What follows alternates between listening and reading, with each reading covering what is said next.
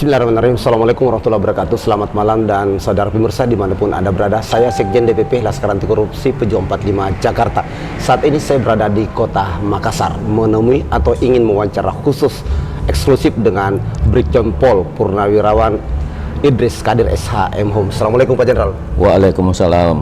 Bagaimana kabar Pak Jenderal sehari-hari? Alhamdulillah baik. Pak Jenderal, malam ini kok sangat ceria. Apa yang membuat Pak Jenderal sangat ceria malam hari ini? Yang penting kan bagaimana selalu berpikir positif. Oh begitu? Ya tidak terlalu banyak beban saja, ceria-ceria saja. Memang Pak Jenderal banyak di kota Makassar atau di Jakarta atau di Jogja? Kebetulan mobilisasinya ya sering di Makassar, sering di Surabaya, sering di Jogja dan sering di Jakarta, ya mengunjungi komunitas-komunitas yang ada. Pak Jenderal, sejak mulai lulus Akpol, Akademi Kepolisian Republik Indonesia, kemudian langsung jenjang karir kami mulai dari Kapolres di Yogyakarta. Pak Jenderal itu terkenal sangat tegas tanpa kompromi. Mengapa Pak Jenderal terlalu berani di daerah orang untuk melakukan penegakan hukum? Ya sebenarnya itu kan tanggapan publik. Bagi saya berarti bagaimana saya bekerja, ada normanya, ikuti dan tidak ya pilih kasih, itu saja. Kalau di belakang sangat ya yang penting ikuti aturan. Ya, tapi publik, kami searching dari mass media bahwa Pak Jenderal ini benar-benar orangnya tanpa kompromi. Padahal di kota kerajaan yang ada di Yogyakarta, yaitu Hamengkubuwono X, betul-betul Pak Jenderal begitu kelihatan sangar tanpa kompromi menghadapi konglomerat. Padahal di situ dulu tempatnya bagaimana Bung Karno pindah pemerintahan dari Jakarta ke Yogyakarta. Mengapa Pak Jenderal terkesan tidak kompromistis? Bukan, ini pada prinsip kepada tugas pokok apa yang menjadi tanggung jawab saya, ada menjadi kewenangan saya, ya saya tidak akan meninggalkan pekerjaan saya yang bisa menimbulkan mengganggu masa lalu saya, Mas. Kemudian Pak Jenderal tiba-tiba dipromosi menjadi Direktur Reskrim. Ini tempatnya penyelidikan dan penyidikan tindak pidana di Provinsi Kalimantan Timur. Kenapa Pak Jenderal baru sehari terpilih menjadi Dir tiba-tiba langsung melakukan penangkapan di Penajam?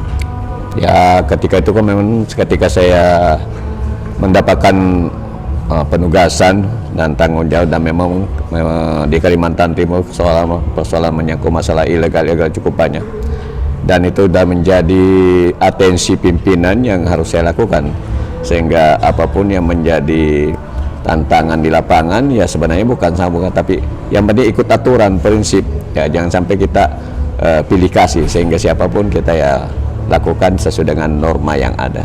Pak Jenderal pernah nggak memikirkan bahwa yang ditindak itu konglomerat, tiba-tiba konglomerat hitam dari luar negeri atau dalam negeri, kemudian banyak backing di seputaran istana? Mengapa Pak Jenderal tidak memikirkan, langsung begitu gegas bersikap untuk bertindak? Ya itu saya katakan tadi, prinsip saya bekerja, ada persoalan, saya tidak melihat siapa. Yang penting tidak takut. Ya, yang penting aturannya ada, jelas salahnya, ya udah jalan terus. Pak Jenderal ketika itu masih pangkat Kombes Pol, tidak takut dicopot? Ya, jabatan itu kan amanah. Oh. Bagaimana kita menjalankan amanah dengan baik, apapun resikonya kita harus lakukan. Yang penting jangan sampai pekerjaan kita ini mengganggu hari tua kita. Ya, padahal hampir seluruh konglomerat di Republik ini mata memandang dan semua berbondong-bondong lari sebelum ada isu IKN. Mereka semua berinvestasi di Kalimantan Timur, tapi Pak Jenderal ini benar-benar ingin ditemui saja konglomerat, seolah menutup pintu.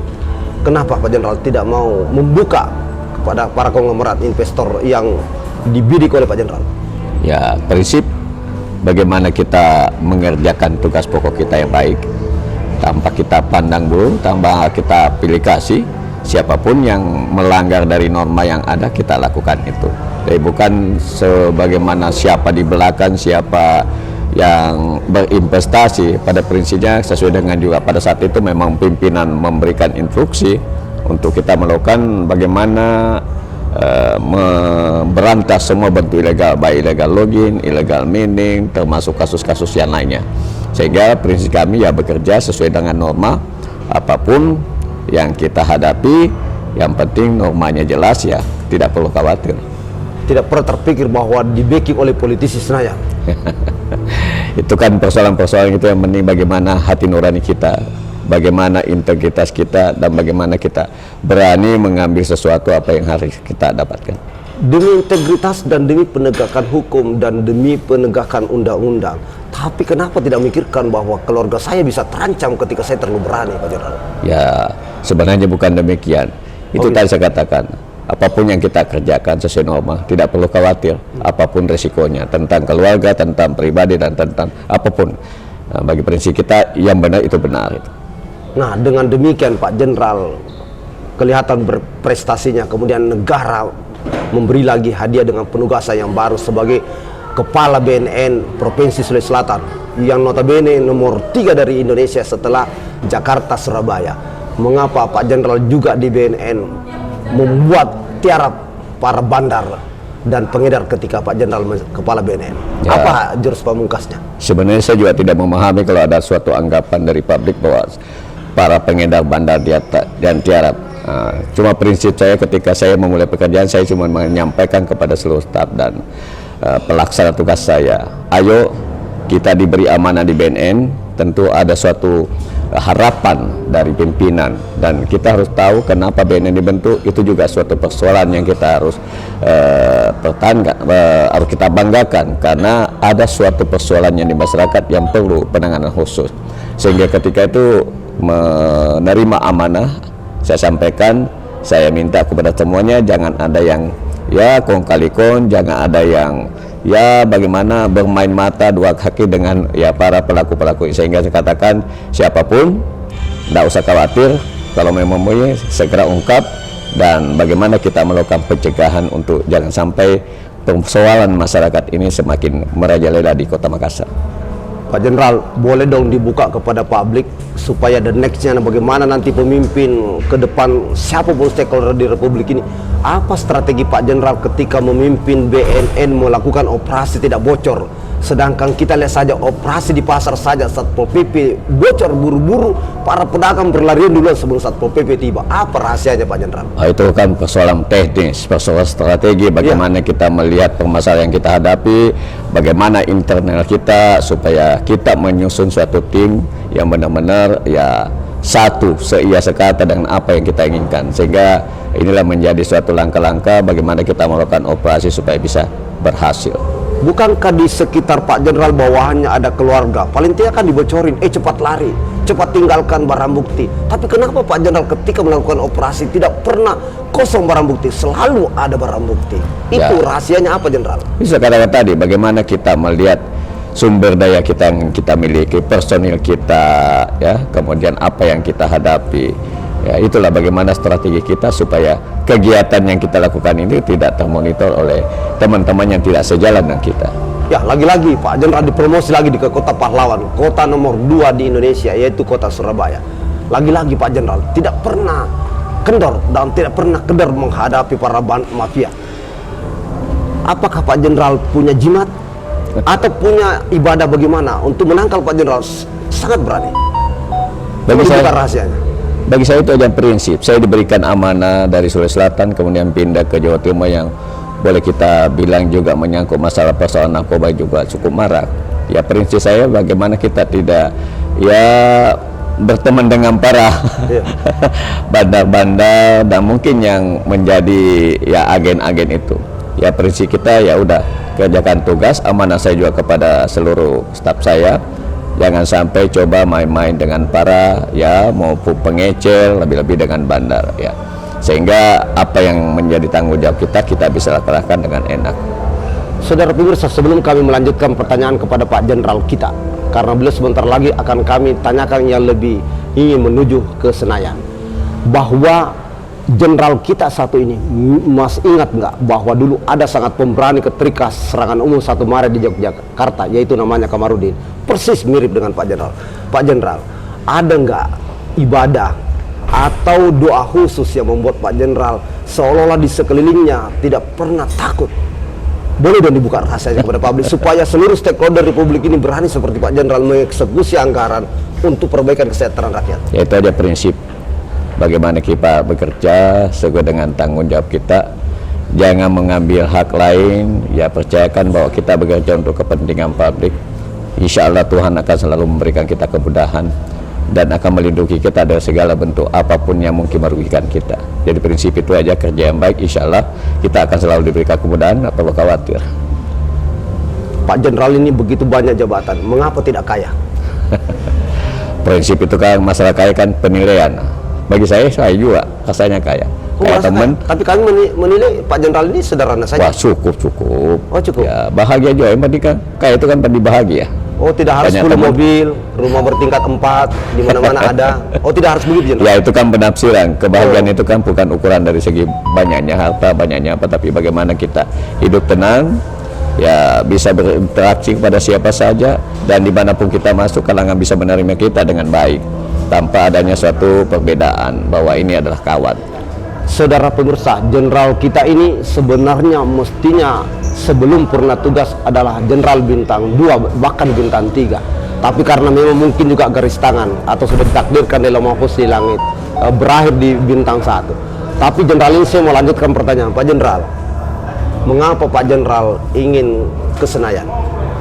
Ya, dalam perjalanan setelah berinteraksi berbagai komunitas, setelah masuk ke masa punah, ya banyak persoalan-persoalan menyangkut masalah penyelenggaraan penegakan hukum yang bahkan kami juga menghadapi berbagai konflik-konflik masalah hukum yang sangat miris dan sangat memprihatinkan, sehingga terbenak suatu ikhtiar bagaimana kita bisa tetap berkontribusi untuk kepada masyarakat. Walaupun tadinya penuh kekhawatiran karena kita memasuki dunia politik yang baru, tentunya kita seperti apa yang dilihat bahwa ini mempunyai atau memiliki kos yang tinggi. Inilah jadi beban, namun dengan pandangan dan support dari berbagai teman dan ini, sehingga ya ingin bagaimana berkontribusi di parlemen tentang menyangkut masalah perbaikan-perbaikan yang bisa kita lakukan tentang pelaksanaan penegakan hukum ke depan.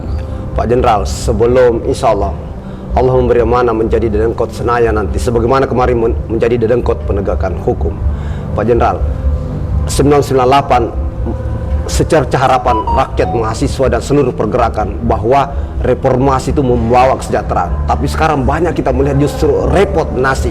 Apa solusinya Pak Jenderal ketika duduk menjadi dedengkot Senayan?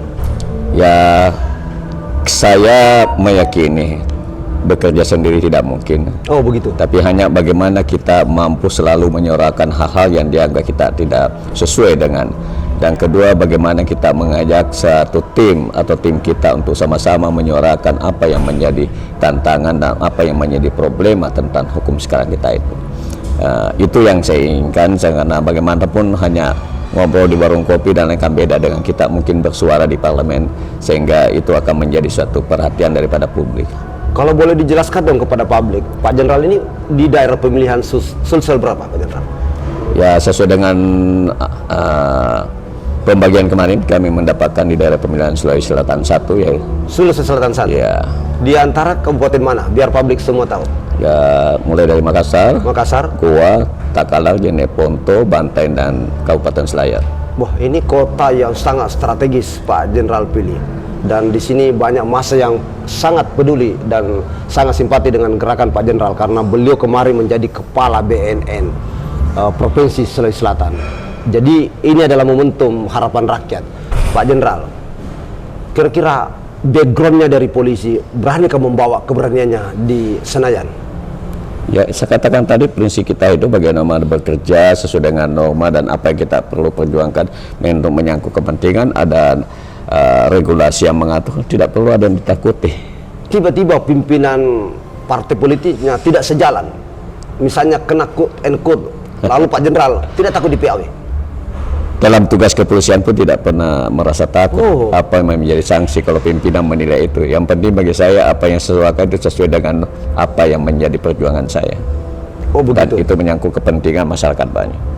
Jadi rela bertarung apapun. Ya itu resiko pekerjaan.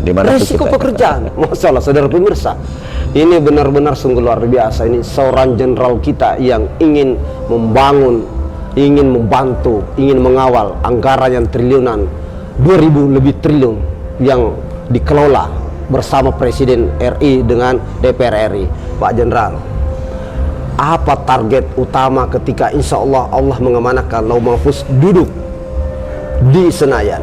Apa targetnya untuk membangun Sulawesi Selatan? Satu dulu. Sebenarnya kalau berbicara khusus Sulawesi Selatan itu menyangkut masalah daerah pemilihan. Sebenarnya secara umum yang kami perjuangkan Secara umum? Ya, bagaimana memperbaiki kelembagaan penegakan hukum yang ada sekarang ini. Bagaimana sistem hukum yang ada sekarang ini. Bagaimana sinergitas dalam pelaksanaan. Karena kita melihat berbagai kelembagaan menyangkut masalah penegakan hukum. Kita contohkan menyangkut masalah narkoba. Selama BNN dibentuk kita melihat ya perkembangannya bagaimana, perannya bagaimana, seakan-akan tidak ada perhatian khusus bagaimana membesarkan BNN ini. Tapi hanya berjalan sekian tahun sejak dibentuk, tidak memiliki peran yang cukup signifikan. Semuanya masih bergantung kepada kelembagaan-kelembagaan yang sisanya mitra kepolisian. Ininya harus secara kelembagaan bagaimana tentang kedudukan BNN. Kita lihat kemarin juga menyangkut masalah korupsi. Kita tahu negeri ini juga ada 3 persoalan pokok yang diserentakkannya. Masalah korupsi, masalah narkotika, dan menyangkut masalah terorisme, paham terorisme. Sehingga negara pun sebenarnya sudah merespon dengan membentuk 3 kelembagaan. Ada KPK, ada BNPT, ada BNN. Namun kita lihat perjalanannya. Awalnya KPK kita lihat berdiri dengan bagus. Independensi kita bisa lihat. Tapi perjalanannya ada, kita lihat ya mungkin suatu sistem yang menurut saya kelembagaannya perlu dievaluasi, termasuk BNN juga. Bagaimana peran BNN, bagaimana peran kepolisian, sehingga jangan terjadi suatu tumpang tindih kewenangan.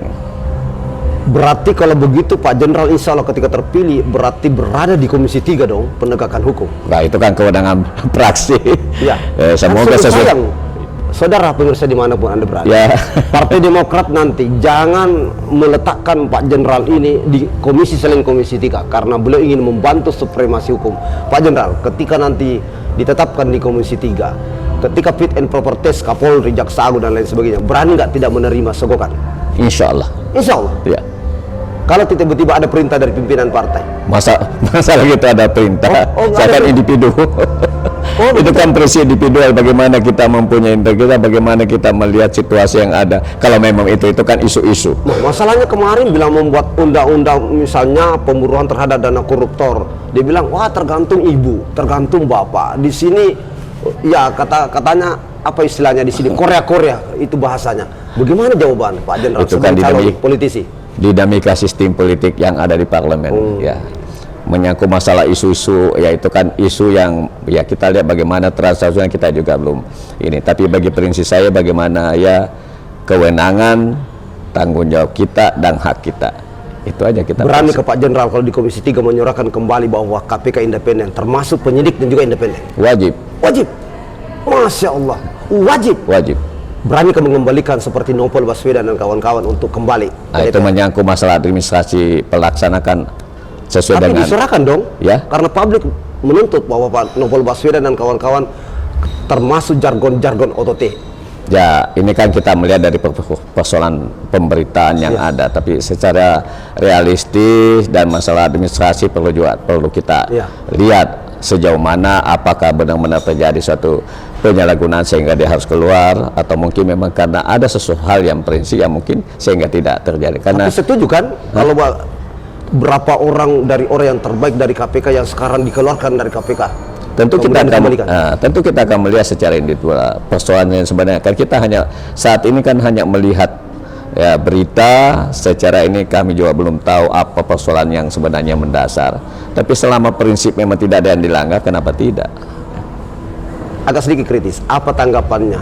2 lembaga ini, ada KPK, malah 3, ada KPK, ada polisi, ada jaksa. Bagaimana apakah jaksa tetap fokus saja penuntutan, tidak penyelidikan dan tidak penindakan? Karena sekarang double, dulu hanya penuntutan, mengambil alih juga tugas KPK, mengambil alih juga tugas kepolisian. Bagaimana tanggapannya terhadap khusus di kejaksaan? Itu yang saya katakan, pasalnya banyak masalah. Memang dari awalnya kan kejaksaan sebagai penyidik dan menyangkut masalah korupsi setelah adanya KUHP. Itu memang ada suatu aturan peralihan yang memberikan kewenangan kepada kejaksaan tetap melakukan penyidikan khususnya yang menyangkut masalah tindak pidana korupsi. Dan itulah yang berjalan sampai sekarang, yang perlu kita evaluasi apa harus seperti itu. Makanya saya katakan tadi sistem penegakan kita perlu perbaiki, baik menyangkut masalah kelembagaan, masalah kewenangan dan sistem, sehingga tidak terjadi saling tarik menarik ulur terkait dengan penanganan masalah-masalah yang ada di masyarakat. Ini yang perlu kita perjuangkan, bagaimana secara kelembagaan, bagaimana secara sistem, dan bagaimana sinergitas sehingga tidak terjadi tumpahnya. Itu. Beranikah nanti mendorong sebagai hak pribadi untuk mengusulkan nanti ada hak legislatif untuk mengusulkan yaitu rancangan undang-undang supaya para penegak hukum baik kepolisian baik kejaksaan benar-benar tidak berani ketika mulai diterima di lembaga tersebut tidak menyogok atau tidak disogok. Itu saya katakan perlu ada perbaikan sistem. Ya. Bagaimana membangun kelembagaan penegakan hukum. Bahkan di kepolisian kalau kita lihat ada Bareskrim, bagaimana pucuk pimpinan yang di Bareskrim benar-benar terseleksi dengan baik melalui suatu rekam jejak yang baik sehingga mampu melakukan perbaikan kepada satuan-satuan yang ada di wilayahnya. Ini perlu suatu komunikasi rumusan bagaimana kedudukan Bareskrim itu sendiri. Berarti Pak Jenderal ini kalau boleh disimpulkan pemirsa bahwa kalau pimpinannya bersih, Kapolrinya bersih, berarti Kapolda, Kapolres, Kapolsek bersih. Begitu ya? Itu ada suatu harapan yang baik.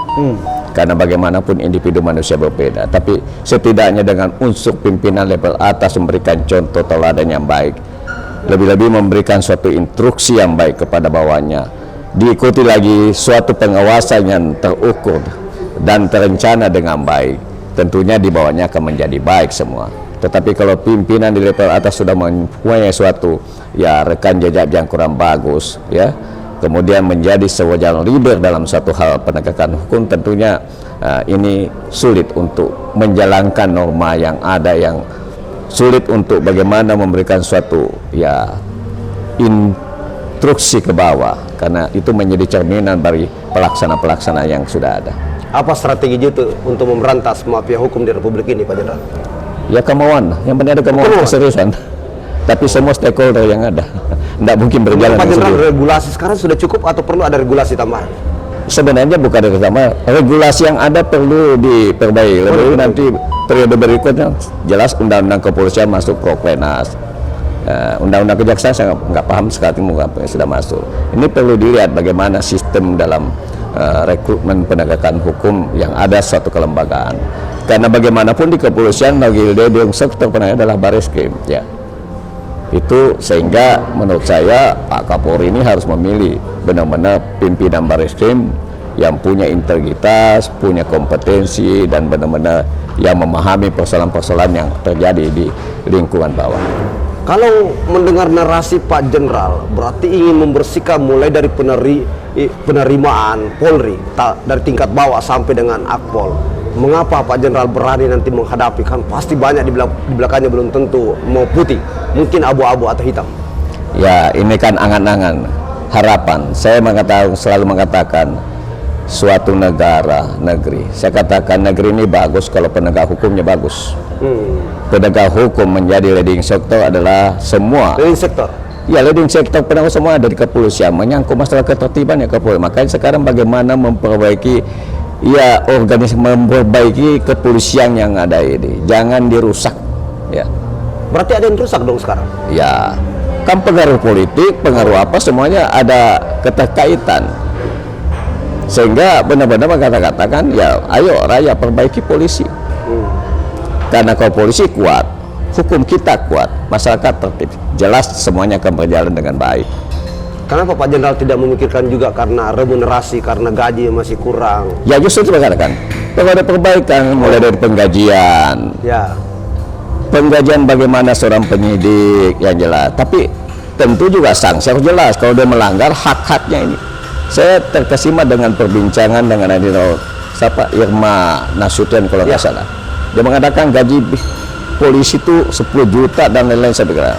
Terus ada yang bertanya, apa itu jaminan memperbaiki polisi? Saya bilang, saya akan ada harapan, tapi dengan catatan setiap anggota polisi itu anaknya benar-benar gaji itu anaknya seperti kata Irma, bisa mendapatkan pelayanan kesehatan dimanapun, bisa mendapatkan sekolah dimanapun, dibiayai oleh negara, Dan saya tambahkan, kalau saya bilang, ya kalau perlu polisinya nggak usah mikir kapan saya punya rumah, tapi negara setelah pensiun berikan rumah. Masya Allah. Umpama golongan bintara, golongan pama, pamen, udah ada kelasnya. Agar kita pensiun ampati, kalau kerja ini ya tipe 120 lah, atau tipe 200 sekian, mungkin koma sekian. Sehingga kita ini bekerja nggak lagi mikir kapan saya punya rumah, bagaimana sekolah anak saya, bagaimana anak saya sakit, sedangkan gaji kita juga terbatas. Tapi kalau gaji cukup dari saya, gimana? Apa jaminannya? Jaminannya kalau ada anggota yang melanggar, cabut hak-haknya itu pasti. Atau berani hukum mati? Enggak. Cabut hak-haknya pas sudah mikir, kalau saya udah nggak punya hak perumahan, anak saya tidak tanggung lagi negara karena melakukan penyimpangan, suap dan lain-lainnya, saya yakin itu membuat rem untuk mereka berbuat dengan baik. Kenapa? Gaji udah cukup untuk makan. Pak Jenderal, setelah terpilih nanti, kemudian di daerah pemilihannya ada penegak hukum yang berani menjadi mafia, apa tanggapannya? Ya, itu yang harus kita perbaiki, harus kita monitoring. Berani minta copot mereka? Hah? Oh, betul nggak punya kewenangan. Nah, kan nanti mitranya kan dengan, kalau di Komisi 3 Ya, dengan pastinya kan persoalan-persoalan yang menyangkut di kewenangan tentang pelaksanaan itu memang sudah kewajiban kita untuk monitor bagaimana kita menggiring dan menyampaikan kepada ya stakeholder yang ada. Ya, baru kita melihat apa solusinya gitu kan. Apakah memang dia ini, ya tentunya kan kewenangan masing-masing. Tapi sebagai ini kan tentunya memang kewenangan bagaimana ya menyerap aspirasi tentang pelaksanaan penegakan hukum khususnya di daerah pemilihan kita. Pak Jenderal, dulu waktu aktif di kepolisian sebagai Direktur Reskrim di Polda Kalimantan Timur, dibawakan uang ratusan juta bahkan miliar, menolak. Masih berani nggak menolak kalau di DPR? Itu kan informasi dulu ya, kita nggak tahu apa yang dibawa. Yang penting apapun yang kita ini tentu kita harus berpikir ini tuh pasti ada apa-apanya. Pertanyaan saya, berani nggak menolak? Ya harus berani. Walaupun itu membuat kesejahteraan keluarga Pak Jenderal. Kalau sumbernya nggak bagus, apa itu membuat sejahtera? Oh begitu. Jadi uang Kan menjadi masalah, bukan menjadi kesejahteraan. Iya, menjadi masalah. Setiap saat kan bisa muncul, membuat kita nggak bisa tidur. Ya, saya tidak mengatakan saya sebagai seorang yang benar-benar bersiap, tapi saya merasa perjalanan karir saya tidak pernah takut dengan masa lalu saya. Mengapa Pak Jenderal setiap bekerja selalu memikirkan masa depan dan di akhir hayat? Ya, saya tidak mau diganggu masa lalu saya. Oh. Kalau kita sudah tenang, tiba-tiba ada panggilan, Pak, Bapak dulu gini, Bapak dulu gini, Pak, ada dicari bandar. Ya, itu saya katakan. Ya, kita juga berusaha berbaik, karena memang ada suatu sistem yang salah. Saya boleh bercerita, sistem yang salah saya ketika lulus jadi Letnan 2. Duduk sebagai Kapolsek di satu tempat. Tapi ketika duduk, saya nggak tahu mau mulai pekerjaan dari mana. Wah, sumber dayanya nggak ada. Dagarannya nggak ada. BBM-nya tidak ada, ATK-nya nggak ada, tapi pekerjaan ini ada yang harus dikerjakan. Itulah membuat kita bagaimana ya kata-kata pendahulu saya ya baik pinter-pinternya gitu. Saya nggak tahu pemaham pinter-pinternya, ternyata bagaimana kita memanfaatkan ya para pengusaha-pengusaha yang ada di daerah kita untuk berkontribusi kepada kita membantu melaksanakan tugas-tugas kita. Berarti setelah lulus Akpol kemudian penempatan, ternyata Tuhan sudah memberi ujian bahwa tidak cukup anggaran. Ya sudah masalah, bukan nggak cukup, memang nggak ada. Oh, nggak ada? Di Polsek nggak ada. Oh, Masya Allah. Nah, itu salah lahir. Ya. Nah, tapi sekarang kan sistem anggaran kepolisian sudah cukup bagus. Kalau nggak salah sejak tahun pemisahan Polri dari TNI, dan di tahun 2005 pada 2006 sudah semua satker langsung menerima, sehingga penyimpangan untuk dari satuan atas yang biasanya ada potongan-potongan sehingga tidak sampai ke ini sudah tidak terjadi. Sehingga sekarang bagaimana para pemegang kuasa anggaran ini bisa benar-benar mendistribusikan sehingga tidak ada lagi anggota-anggota di lapangan ini mengatakan saya tidak punya anggaran. Jenderal yang menjadi calon politisi Senayan dan insya Allah akan menjadi politisi Senayan, apa tagline kampanyenya Jenderal? Apa tagline kampanyenya ke depan? Ya sesuai dengan partai saya kan koalisinya kan perbaikan dan perubahan dan perbaikan. Perubahan dan perbaikan. Sehingga saya mau tagline ya bangkit bersama. Bangkit bersama. Ya, ya kalau tidak bersama juga nggak mungkin. Bangkit bersama menuju perbaikan dan perubahan. Berarti pasti memang ada yang kurang karena ada yang mau dirubah, ya, ada yang mau diperbaiki. Ya setiap perjalanan satu ini tidak mungkin semuanya sempurna, makanya kita harapkan secara step by step ada perbaikan. karena tidak ada yang sempurna dalam satu leadership kepemimpinan. Dan kita cermati banyak hal-hal yang perlu diperbaiki. Makanya tagline daripada motor kita koalisi yang diusung dari partai yang kami ini, ya bagaimana melakukan suatu perubahan dan perbaikan. Banyak apa yang dirumus sudah baik-baik saja. Ya memang semua yang baik pasti masih ada yang kurang, sehingga ini yang perlu. Kalau saya melihat adalah pelaksanaan penyelenggaraan hukum ini yang masih banyak, baik masalah konflik pertanahan, kemudian masalah narkoba di mana-mana kita lihat semakin ini, dan kita lihat sendiri masalah korupsi, belum lagi perilaku dari pelaksana hukum yang masih banyak melakukan penyimpangan. Inilah saya mengatakan, ayo bangkit bersama, kita bersama-sama memperjuangkan untuk melakukan suatu perubahan dan perbaikan yang masih kurang. Kita tidak mencelah apa yang sudahlah, semuanya sudah berusaha, tapi kita melihat perlu banyak celah-celah yang masih perlu. Saya katakan tadi yang menyangkut masalah kelembagaan penegakan hukum ini perlu suatu sistem yang baik. Ya, sebagaimana kita tahu masalah narkoba dulu dengan adanya kompensasi sehingga negara diwajibkan membuat satu kelembagaan namanya BNN. Tapi BNN sampai sekarang sumber dayanya aja sangat terbatas, perasaan sangat terbatas. Pada saat itu diberi tugas tanggung jawab masalah yang kita hadapi cukup ya merambah kemana-mana. Tapi saya nggak tahu kenapa perhatian dari teman-teman dari politisi juga di parlemen ya belum ada suatu keinginan membesarkan BNN, karena dari regulasi ya sampai mulai saya melewati penugasan di BNN saya lihat tidak ada perubahan. Di BNN Sulawesi Selatan saya lihat sampai sekarang belum punya alat-alat penyadapan dan lain-lainnya. Saya tanya kemarin, sudah ada ini? Belum ada. Kok sampai mulai dari 2018 saya duduk sampai sekarang belum ada? Ini kenapa gitu? Nah, ini perlu perhatian daripada teman-teman di parlemen nantinya supaya BNN juga bisa diberikan suatu fasilitas sarana yang benar-benar memadai, karena menyangkut masalah penyebaran penyalahgunaan narkoba yang ada di masyarakat ini dimanapun ya sangat mengkhawatirkan. Di satu sisi kalau kita lihat ininya, wah katanya perbaikan sumber daya manusia, sedangkan tantangan sumber daya manusia di depan mata, tapi prioritas untuk ke situ belum. Kepolisian kenapa dibentuk? Kita tahu polisi kan terlalu banyak tugasnya, sehingga sebenarnya kalau kepolisian benar-benar hanya fokus ke masalah itu pasti selesai, tapi karena tugas tanggung jawab yang terlalu banyak, belum lagi kegiatan seperti kegiatan sosial dan lain-lain, sehingga fokus kepada masalah itu enggak terlaksana. Satu sisi ada lembaga memang tugasnya cuma penuh dengan keterbatasan. Mau berbuat tetap juga bergantung kepada teman-teman di kepolisian, mulai dari personilnya, sarananya, sehingga ini menjadi suatu persoalan yang perlu diperbaiki ke depan. Saudara pemirsa dimanapun Anda berada, sebelum saya bertanya yang lebih pamungkas dan menjelang pertanyaan penutup, bahwa Brigjen Pol Purnawirawan Idris Kadir SHM Hum ini adalah benar-benar dedengkot penegak hukum, mulai penegak hukum yang umum, kriminal umum, kemudian sampai kemudian khusus yaitu narkoba. Bahkan lebih spesifik beliau sekarang bagaimana melihat penegakan untuk korupsi. Pak Jenderal, ada komisi kejaksaan, tapi hanya rekomendasi. Bagaimana kalau kejaksaan berani langsung memutuskan? Begitu juga komisi yudisial, jangan rekomendasi. Ada jaksa yang salah, ada hakim salah, langsung diputuskan. Tidak harus melimpahkan kepada kepala kejaksaan, jaksa agung, tidak juga menyerahkan kepada mahkamah agung. Apa tanggapannya menjadi, kalau duduk menjadi politisi lain, insya Allah? Ini ya menjadi persoalan juga, saya katakan menyangkut masalah kelembagaan. Semuanya sudah komisi pengawas. Ya, komisi pengawas. Di kepolisian aja komisi kepolisian. Ya, Kompolnas, betul. Tapi seakan-akan kita lihat kiprahnya justru banyak memberikan suatu support saja. Betul. Memberikan support, tapi seharusnya kita memberikan suatu arah kebijakan tentang persoalan-persoalan yang ada di masing-masing kelembagaan.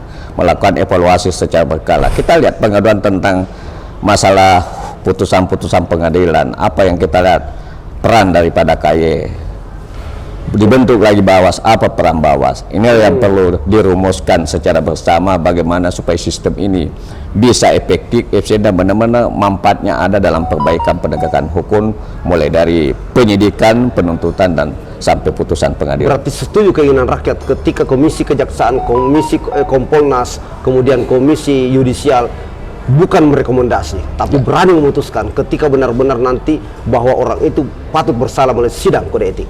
Iya, harus diperankan. Setuju. Dan anggaran juga digelontorkan. Ya, semuanya kalau tidak sesuai dengan anggaran buat apa? Hanya menambah-nambah beban. Kita lihat sendiri kan bagaimana kelembagaan negeri ini cukup besar sekali.